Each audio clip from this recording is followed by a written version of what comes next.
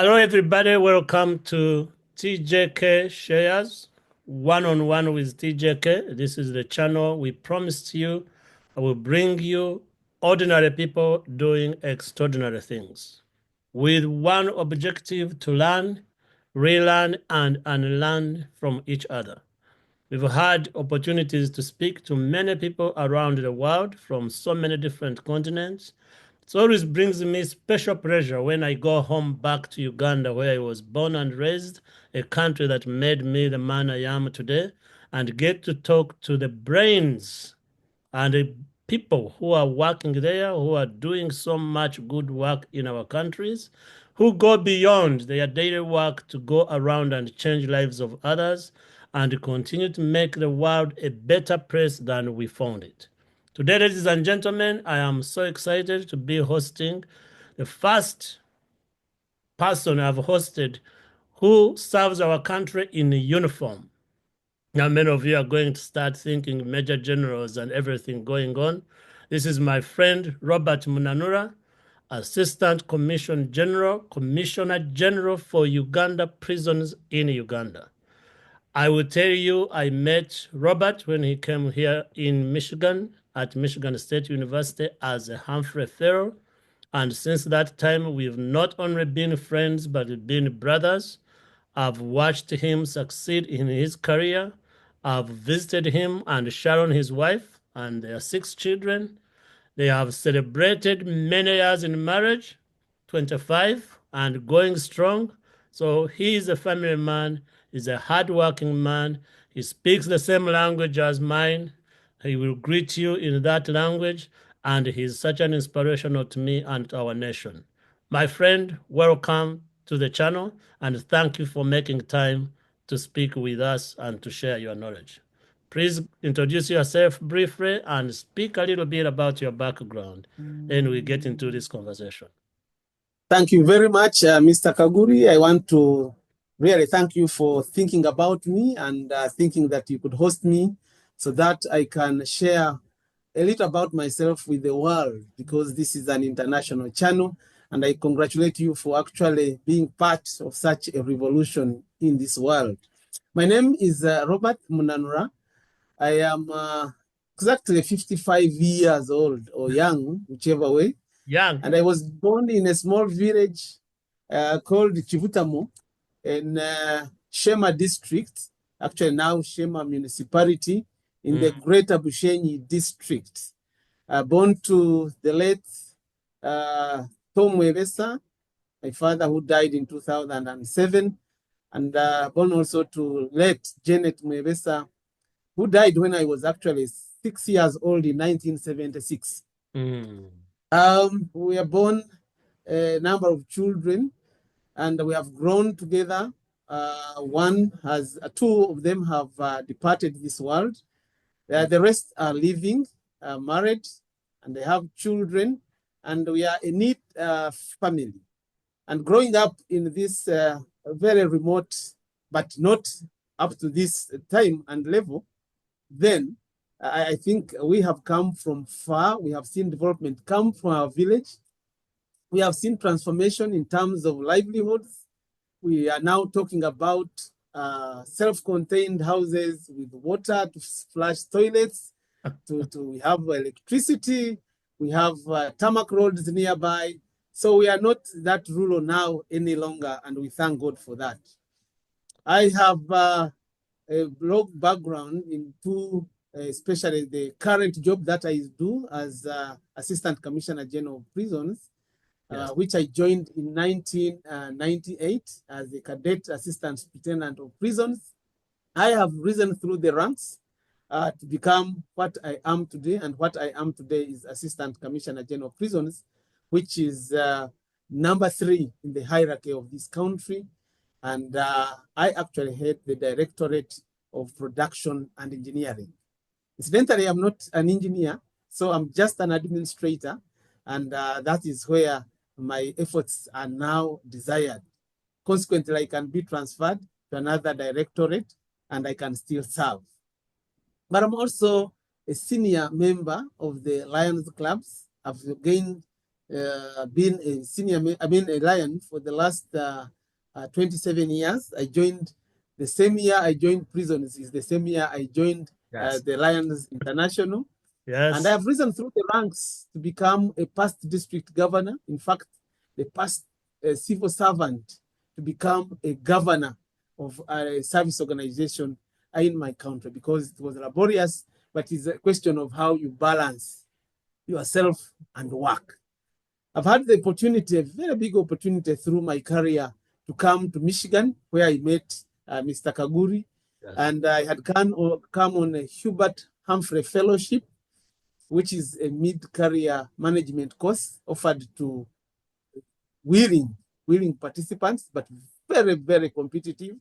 And so in 2012, 2013, I was in Michigan State University, first at UC Davis, University of California, to learn some better English. Somebody thought I could not speak English, maybe my pronunciation. Then consequently, I went to Michigan and did 1 year and interacted with very many important people, but also visited the prisons and had something to compare and take back home at the end of this study. I'm glad that you invited me to be part of this conversation. I'm happy and thrilled. Thank you, Robert. As you speak, I've said this many times, nearly in every interview. I think I know you. I think I know the person. Then we start talking about ourselves and I learn new things. So first of all, let's honor mom and dad who are departed. 2 seconds silence. May they rest in peace. Second, let me tell you, my mom, who's also departed, her name was Janet. Oh, interesting. We never talked about this. Yeah, sure. You had two siblings who have passed away. My brother, the oldest brother, and my sister also passed away. Yes. You went to UC Davis first. We lived in UC Davis with Nicholas's mother, my ex-wife. We lived in UC Davis, and that's where you went. All this we didn't know. But ninyendora musaba akibutamo omulunyankole rukiga awokuba tubona nti basike enyuma abantu bakibutamo leko mwana wanya baramuse omulunyankole rukiga. Then wamara kubaramusa, I would like you to speak a little bit. Why were you interested? What really triggered you to go into prisons systems to pursue a career?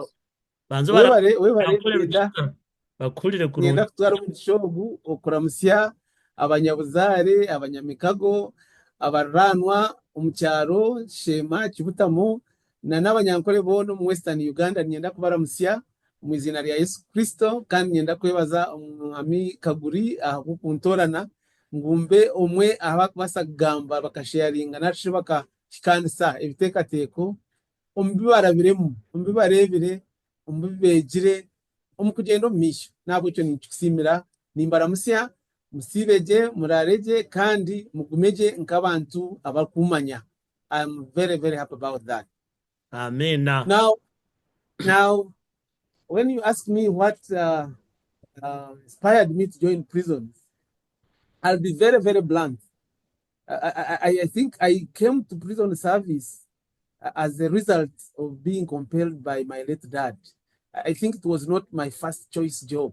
While at campus, where I was reading and pursuing my bachelor's degree education at Makerere University, the only university then, I got an opportunity, and out of the willingness to make some ends meet, to get some extra money.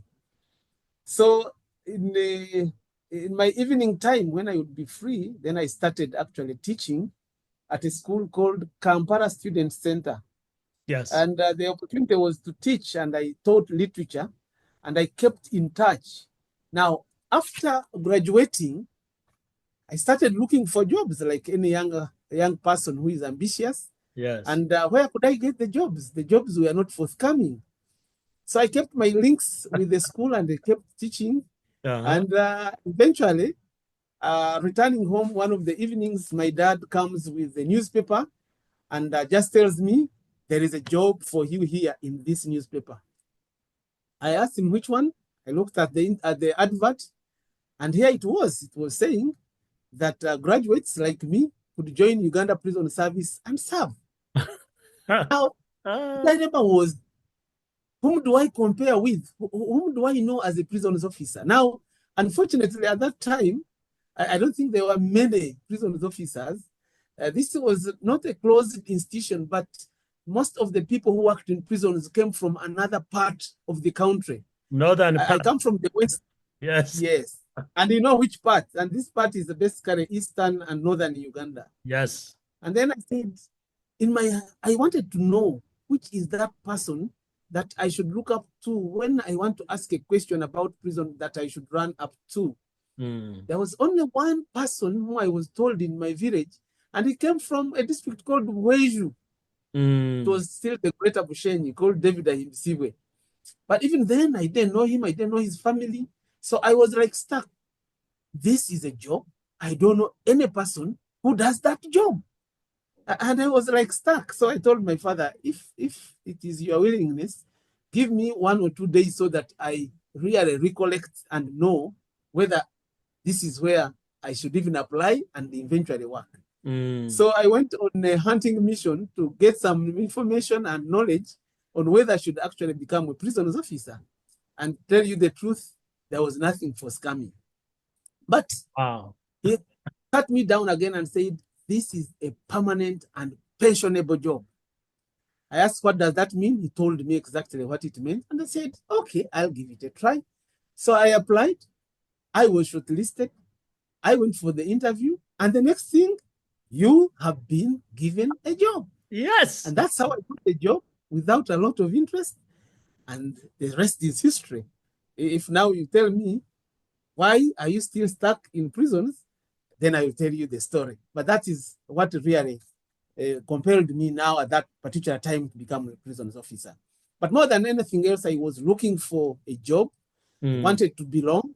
And I think eventually, because my father was out there, he was a civil servant himself, he knew what it meant to be a person who is paid and is pensionable, and the rest of that history. I said, all right, this is where I can be, and that is where I'll belong. So, yep.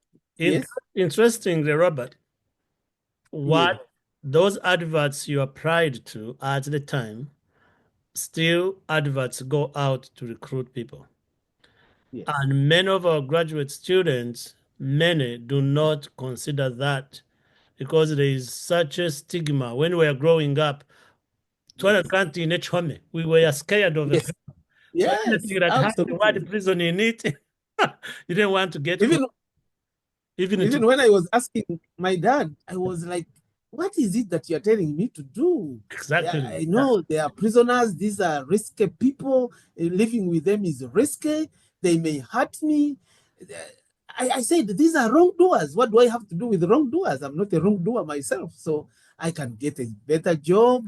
I can get a tax collector's job, working with Uganda Revenue Authority. So that my focus was getting those other jobs and not this in particular. So I would say that then who inspired me, person who inspired me is my late dad. He said, this is the job. And his explanation of being a permanent and pensionable job is what really compelled me and convicted me.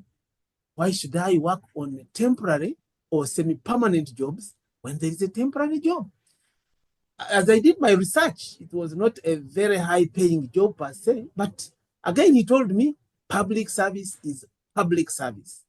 This is a government job. Forget about the rest. Go there and build your career. And that's what actually still rings in my mind. Go there and build your career. As I told you, being now number 3 in terms of hierarchy, I have built my career. Yes. I started with so many people and we have moved together, but some I have left. And I think in terms of hierarchy, I'm very proud that I've reached where I am. Amazing. A great career you have done, but has all come with a lot of hard work, a lot of persistence, a lot of determination. And that grit of waking up disciplined to get to office on time, to get your assignments on time is what is lacking in young people right now. You give them a job, Absolutely. and they are on Facebook half of the day while they are trying to do the work. So we'll get to that when you come to advising young people. So you race through these ranks. Every job has its highlights and it has its challenges. What are some of the challenges you've faced in your career grazing to the top number 3? And by the way, another similarity here, we are born in the same year. So we turn Wow, 55, both interesting. of us this year. You You, are. you look much younger. I don't know. I We'll don't know. get to that. I'm climbing Mount Kilimanjaro for my 55, so you're welcome to come with me. Oh, okay. Then I could come with you. There, I think challenges. working with an institution of security Yeah. is not a cup of tea anywhere in the world. Because one, you must take a lot of caution and care that the security you are supposed to provide, if you don't do it very well, then somebody will provide it for you. And so you work within the confines of, I must do the very best that I should. And I think one of the challenges now working for Uganda Prison Service, and one of those that really sounds high, is having not a very, very strong economy to support the systems.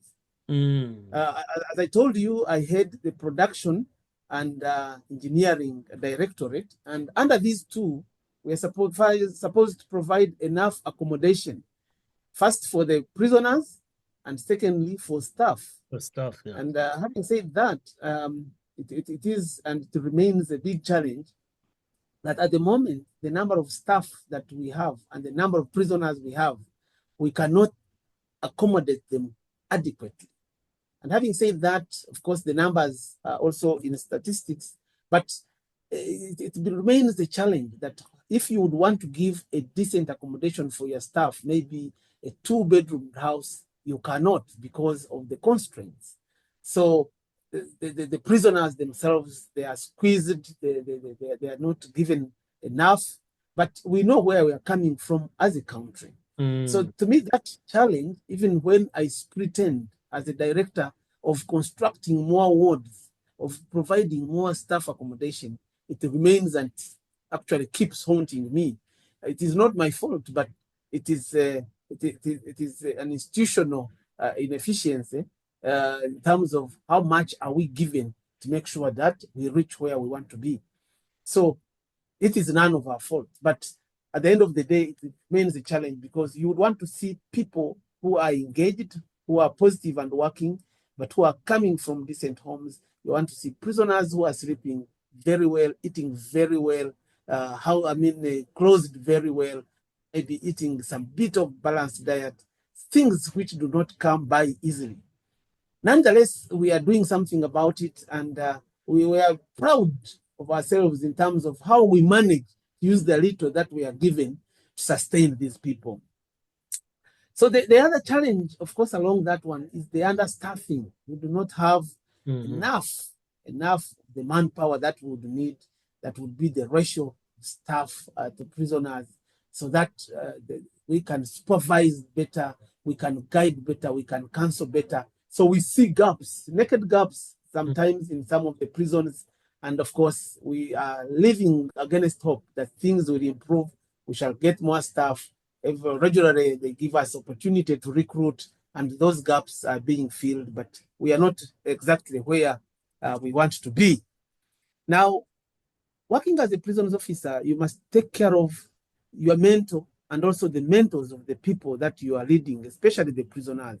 These are people who are removed from wherever they are, brought to be with you, some for life, some are condemned to die at any other time. Some are serving very, very long and pertinent sentences. And if you don't mind what they go through in terms of what they think, how they behave, what they really miss, then it will affect you inadvertently as an administrator. So we have to always balance and know that the way they feel is not the way they want to be.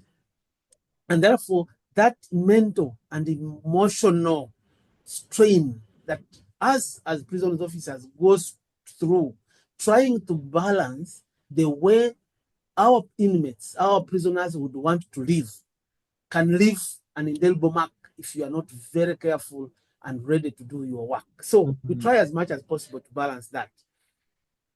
Then, of course, there is that sometimes we imagine it, but sometimes it is real. There is that low public recognition. You are keeping the funny, you are keeping the rejected, you are keeping the ugly out of society. So how better are you from them? And our point of contention is, for us, if we didn't keep them, then for you who think are better, they think you have some property, you have some things, then they would come for them, they would steal from you, they would make you uncomfortable, and you would also not sleep and rest. So for us in the middle there, therefore, we think we could be appreciated more and better by the people that entrust us as a system to keep them on their behalf, so that we transform them, we make them better, and when we release them back to them, they are transformed and they are better. But the various platforms of entry into making sure that we rehabilitate prisoners, give them skills, and as a director who is partly responsible for some of these, I am very, very sure and confident that what we do really makes and turns them around. So if we got more resources, then we could do much more to really rehabilitate these people. And so long as that remains, then it remains a challenge for us. But at the end of the day, we think that we are breaking the barriers, we are reducing the recidivism rate, or the rate at which prisoners who are going out of our system come back. We are reducing it tremendously. It is within a range of 13 to about 17 in Uganda, and we credit ourselves and say, yes, if we didn't do the transformation that we do on prisoners through rehabilitation systems, probably the situation would be worse, and we wouldn't want that situation to occur. So we are happy. We are happy. In spite of the challenges, we move on. We move on. I'm going to ask a follow-up question related to conditions of prisons. I remember when you were here, I will never forget the statement you made.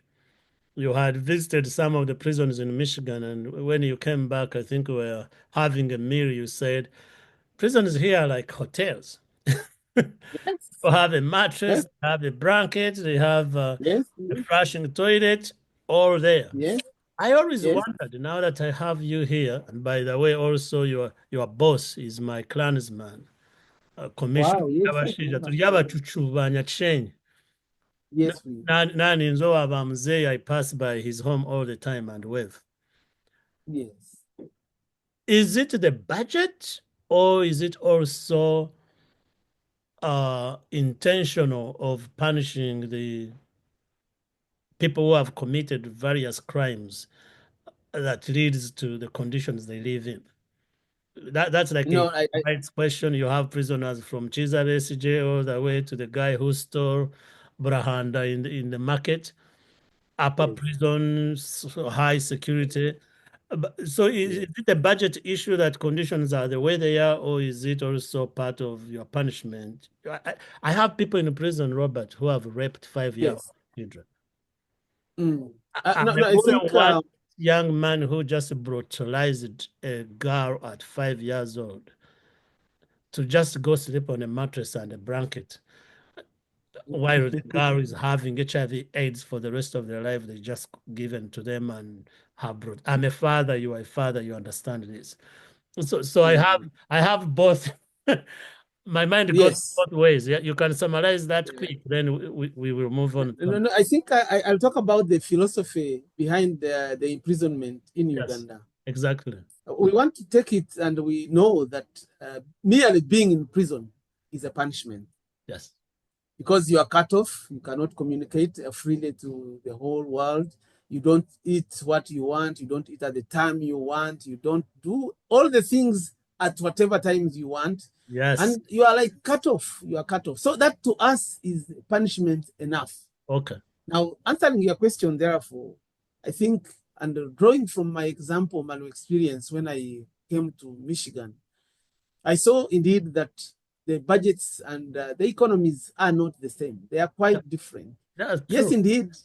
Yes, indeed. It would be the desire of Uganda Prison Service to give a balanced diet, give people exactly what they want to eat, and give them beds to sleep, mattresses on which to sleep, and enough bed covers and clothing and whatever it is.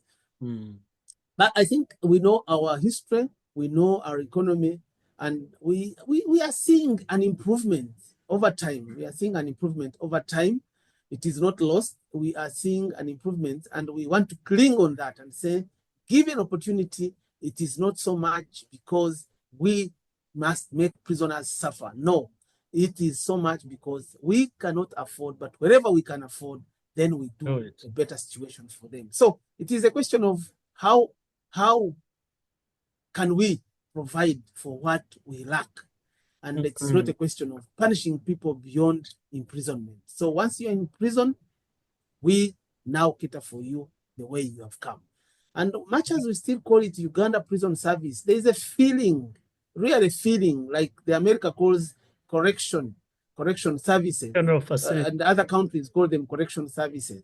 The issue of prison still connotates that feeling that it is for punishment, punitive nature. But we are saying, no. Other than that, once a person comes to prison, the beginning or the process of transforming them into better people starts. And therefore, we cannot combine that process again with the issue of punishing them. We look at them, we know that they are brothers, they are our relatives, they are our children.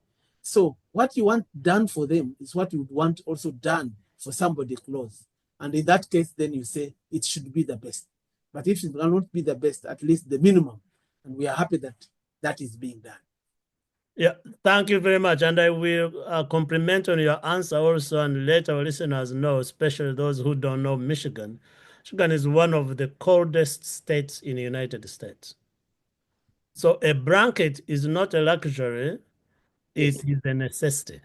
If you are in prison and don't have a blanket, you might freeze and die. But when you are seated in Ruzira or in Kanungu prison, you can even sleep without a blanket, and you are even hot, you don't want a blanket. So there is also those comparisons, the needs that necessitate some of this. So Robert, my friend, you have worked in this high intense job. How do you motivate yourself, and what do you do to calm yourself down after long hours of work? Well, I know that this is more or less a calling to work for people who are wrongdoers. Yes. Because that is my work, to correct the wrongdoers. Yes. Like a reverend or a religious leader would stand in the pulpit and preach forgiveness, preach reconciliation, Yes. preach empathy, preach everything around it. We do not have to go into the pulpits, but we have to practice it. Make sure that the people who are in conflict with the law, and in Uganda, incidentally, there is a very big incidence of young people, 18 to 25 to 27, as being the majority in prison. These are people who are still learning how to live. They have just finished school, some of them. Some have not gone to school, but they are in conflict with the law. And what is desirable for them is just to live and live better lives. But when they find themselves with us as administrators, we start looking at ways of really transforming them. So how I satisfy myself is to really do the best, make sure that I am empathetic. I put myself in the shoes of those that are in conflict with the law. I put myself and my relatives and all my friends and say, this is not where anybody should be. And so the earlier they get out of that situation, the better, either through the court system of applying for bail or consigning There's something we call plea bargaining. If you know you are guilty of the offense that you committed, plead guilty, start your serving, and end early. So I try as much as possible to be empathetic, to make sure that I put myself in their place so that I feel for them and then I do something to correct them. The other thing is to be as much as possible a man of integrity, corruption-free, making sure that what you are given is what you transmit in performing your job so that the people you are serving can see satisfaction. Making sure that whoever you are supervising them, come early on duty, do the right thing, and make sure that you serve the people that are vulnerable, in this case, the prisoners, to the best of your ability so that they can live a better life. And of course, the ability to inspire others. One of the things that I always believe in is, what do people think about me? How do I inspire them? What are those things that I do that make a difference, even without telling me as a feedback? But what are those things that I would do so that people feel they should be like me? When somebody in my village wants to be a prisons officer in future, where should he look? He should look at me and say, I inspire them for the works I do as a prisons officer, as a member of the Lions Clubs International, as somebody who has given a mark, leaving a mark by yourself. So I am inspired always to leave a mark so that people can have something to copy from my deeds. And I think if you ask me what therefore propels me, it is that urge to make sure that I am spotless. It is hard, but I'm spotless. I inspire, I make people feel they should follow in my footsteps. Wonderful. Well done, well spoken. And yes, there is a legacy question coming up, what you want to be remembered as, which will come after you highlight a little bit on your voluntary work with Lions. As you can see, I'm a Rotarian. Rotarians go service above self, but a service organization anywhere, whether it is Lions or Kiwanis or the Masons, you are a strong lion, my friend. You've been committed. You've gone through the ranks to being a governor, which is the highest, apart from being the president. Governor is the highest position in Lions, just like a governor for Rotarians. What motivated you to join Lions? And then you can summarize that long career in Lions, being a governor, and what that means to you, to Sharon, your wife, and the people who are around you in Lions doing this amazing work. And you can highlight Rotary mostly does polio and water. Lions started mostly focused on eyes. Many people around the world have had their eyes collected, babies' sight restored, blind people restored because of the services you do. Talk about that voluntary work and how you find time to do all these things while also maintaining a high, intense job. Thank you, thank you. I'll tell you, of course, there is a common saying that when mother cow is chewing grass, the young ones are watching. And I think my initial inspiration comes again from my late dad and my late uncles. Incidentally, I've lost all those three people. The late Tom Webesa, my father, the late Abaho Geoffrey Tumwine, was a very big Rotarian. The late Jones Muganzi, all were my uncles, and they were Rotarians. And I always saw and admired what they did as a young boy, how they traveled, how they brought friends home. Yes, this is actually my governor's pin that I'm wearing right now when I was governor. So it inspired me so well. And the interesting bit, I'll tell my story again. I think I've told it severally. I went, when I was a cadet, I have just passed out from training school. I went to join my workstation now, which was Masaka. And I told the late OC, officer in charge, my first boss, and that I told him bluntly I wanted to go and join a Rotary Club in Masaka. But he was a member of the Lions Clubs. And he kept it to himself. And he only took me in the evening, drove me in his car, and took me to this gathering at the fellowship and introduced me. He's my deputy, and he wants to join Lions Clubs. I said, oh my gosh, It is not lions that I want to join. I want to be like my uncle. I want to be like my father. And here he was, he said, and please welcome him. And, I will tell you bluntly that, again, for us, order is order. Yes. So I had been ordered to join a Lions Club Okay. almost involuntarily. Yeah. Because for me, I wanted Rotary. Now, I think what was inside mine is the desire and the urge to serve. Yes. I said, okay, I'll disobey my boss. I'll become a lion. After all, I'm going to serve the people. And so within a few years, I was the president of the club. I became the zone chairman of the club. I became a region chairman. And in the year 2018, 2019, I became the highest district officer, the district governor. Yes. Of course, I was actually stood unopposed. Once I announced that I wanted to be a governor, everybody probably who had intentions stood down for me. I've never even known who they were. But they had seen me. They had seen me work. They had seen me grow. They had seen me do what I exactly wanted. And once you become a member of a service organization, because I'm a progressive Melvin Jones Fellow, the equivalent of your Paul Harris, Yeah, Paul several Harris. times. Yes. And several times. So you put in your money, you don't expect anything in return. You touch the lives of those people who are neglected, who are scorned, who have nothing to do. And once you touch them and move them and help them, you feel the satisfaction. And one thing that I want to really credit with the Lions Clubs International, all the friends who are Lions, is that difference that they have always made in society. We stand about 1.37 million lions in the world, and that's a big number. But the magic is here, that we are so many, and therefore, because we are so many, we can do so much together.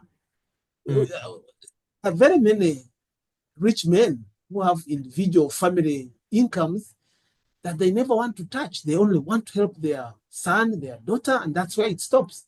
But once you make a club in a local community of just 20 members or 30, once you collect your money, you may not necessarily surpass the rich man, but you give it out willingly, consistently, and always, and the lives you touch really, really matter.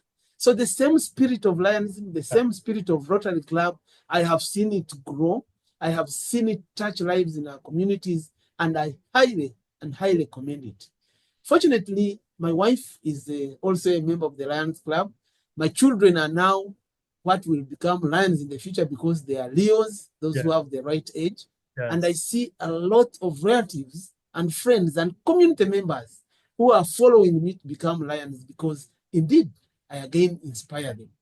Apart from that, of course, being a country and being a governor I was actually the pioneer district governor for Uganda because originally we were together with Tanzania. And then we bifurcated. Yes, we bifurcated.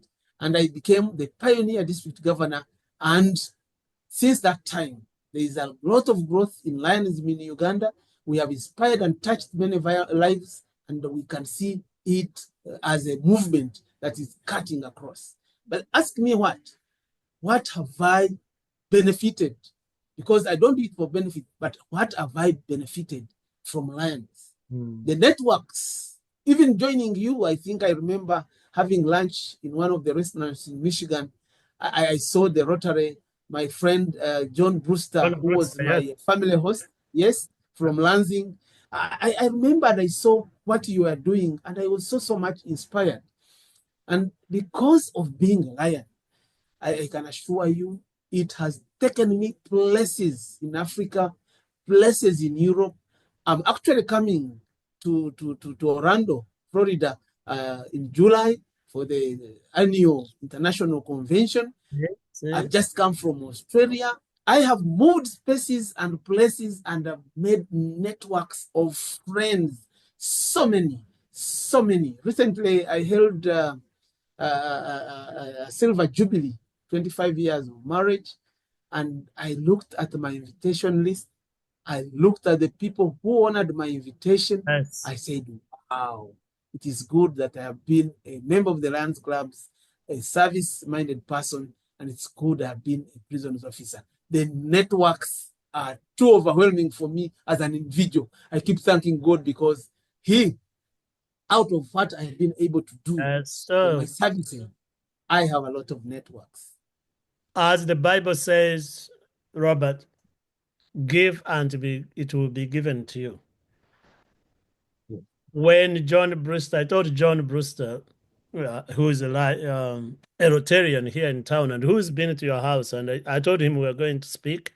He said, make sure when that episode lands, you send it to me. I want to send to my Rotary clubs and other Lion friends who are here. And our friends, Paddy, who is also huge in Lions in Uganda, they are all waiting on this episode. So we've already advertised it. But the big message here, ladies and gentlemen who are listening to us, is give yourself. Many of us make excuses. I'm busy, I'm doing this, I'm a Bank of Uganda. The Bank of Uganda of the governor of Bank of Uganda, Tumusiime Mutebile, was a Rotarian. And by the way, now I know why you ended up being a lion. They stole you. But I'm glad you did, because now we can all serve in different capacities in different areas and get to humanity.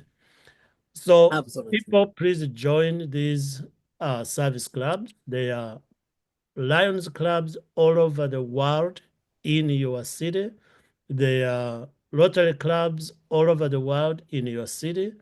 Young people, Robert's children, listen to me. I've met you in your own house. I know you are hardworking people. Join early. And when you give, God gives you threefold and more. Absolutely. Many people, when I built a church in my community, Robert, somebody was talking to me and saying, Jackson, this and this. I said, do you give your tithing to your local church? I said, I don't even have money to give. I said, okay, next time you see me driving, don't start asking why. Repeat that prayer. Our Father who are in heaven, forgive us our sins as we forgive others. Give us our daily bread. The more we give to others, the more we do to humanity, God rewards us in special ways. So give your time. That's the message. Robert, 2 more questions, because I promised you 30 minutes and it's 40 now. Oh, sure. What legacy how do you want to be remembered? You already touched on it with your work, living the way you live, but I want young people and our listeners to hear it. How do you want to be remembered? Because one day we'll all pass away. People don't want to talk about death, but we will. How do you want to be remembered? When people sit back, there was a man called Robert Munanura. How do you want to be remembered? Yeah. Thank you very much for that question. I think that is, if there was no that question in anybody's life, I think would be living very reckless and hopeless lives. But every time I think about what will people say, especially that time when you cannot make a rebuttal, you cannot answer back, you have passed on. I mean, you are no longer there. Either you are retired and people are trying to compare situations. I would like to be remembered for somebody who was very hardworking, who was very innovative. I remember when one of my assignments was to start the duty-free shop for Uganda Prisons Service. And I remember it had like slackened for some bit of time, but I have some business mind, some innovative mind. And as soon as I came, it was quickly established. We spread it throughout the country. It still lives on, and it is one thing that really shares my legacy, even when I'm still living. The duty-free shop, I mean, you cannot remove it from me. I started it, I supervised it, I saw it grow. And of course, I thank my mentor, Dr. Byabashija, who appointed me to lead that at that time. That was shortly before I came to Michigan. So I want to be remembered as a person who was corrupt-free, as a person who was compassionate, empathetic, as a person who liked to live by example, social person. I see my networks and I get a feeling that I'm almost there. People think that I'm social. So I'd like to really leave that legacy and so that people can know that once you live and live by example, then you have a following. I mean, help even other than being a member of the service clubs organization, but when somebody rings you, whether he's junior in rank, whether he's mid-row manager, how do you respond to him? Even things that you cannot do you simply lie? Do you simply discard? There's a way that you should behave yourself and make people appreciate, want to consult you, always consult you, and wherever they can, have you at the back of their thoughts in terms of, yes, if he can't do it, then it is difficult. Exactly. If he can't do it for you, then probably it is impossible. But if you want something done, is he somebody you can approach? Is he somebody you can ask as the first option so that you can actually even shortcut some of the legendary issues? So that's how I want to be remembered. And I think that is very important for me as I serve. Omushawo wita kagira ngu legacy n'okusigahako abantu bara legacy nibija kuri gasali. Robert, look in the camera and take yourself back to the time when you were 18. Since we were born in 70, that's 1988. If you are to give yourself an advice as an 18-year-old young man, knowing what you know now, what advice would you give yourself? I would tell myself, keep doing the right things that you are doing. Perfect. I know that we are human, and many of the things that we do are looked at and sometimes scored. But they are good, those good things that are scored very highly. And one of them is helping out the community. As a member of the Lions Club, I've never regretted. I spend willingly, I spend my resources, I have helped people, and I've never regretted. As a public servant, I do work with my integrity, I do work with my might, and I have never regretted. So if I was tell myself what I should do, it is that I'm doing right. And those are the examples of what I'm doing right and what I would put my hand to be cut off if I meandered. My friend, thank you so much for sparing time. Thank you for sharing your life in public service and for sharing your life in voluntary services. Thank you for being an inspiration to so many. Continue to do what you do. May God continue to bless you, bless the work you are doing, and continue to build that legacy for the people coming and the ones who are watching. I know we didn't touch about businesses, things you do, but this is a quick summary, ladies and gentlemen. Robert Munanura is alive. He's on LinkedIn. He's on social media. He's a Lion former governor. He can be accessed. We'll share links to part of the work he's doing, and you can reach him. You need to write a book. Your cousin Afande Hassan wrote his chosen. Yeah. Start thinking to join that authorship so we can continue to share these things. Please say the last word in less than 1 second, and we close it out. I thank you very much for giving me this opportunity to share just a little bit about my story. My story is big, it is huge, and some people know real about it. If you want to know a little bit about me, Facebook is not officially allowed in Uganda, but there are things which are posted there under my name is Robert Munanura. You can see the other bigger story that probably you would want to know. I thank you very much for the opportunity, and I want to thank all the people who will listen in. If you have questions and you have anything to tell me, feel free to tell me, send me a message. But I'm grateful that you have opened up, and I congratulate you once again on this very huge platform. I know you are following from the Nyaka, from everything. I know you are following, and I know this is a big story that will travel far and wide. Thank you very much for the opportunity. Thank you. It is another way of giving back because people don't have access to you.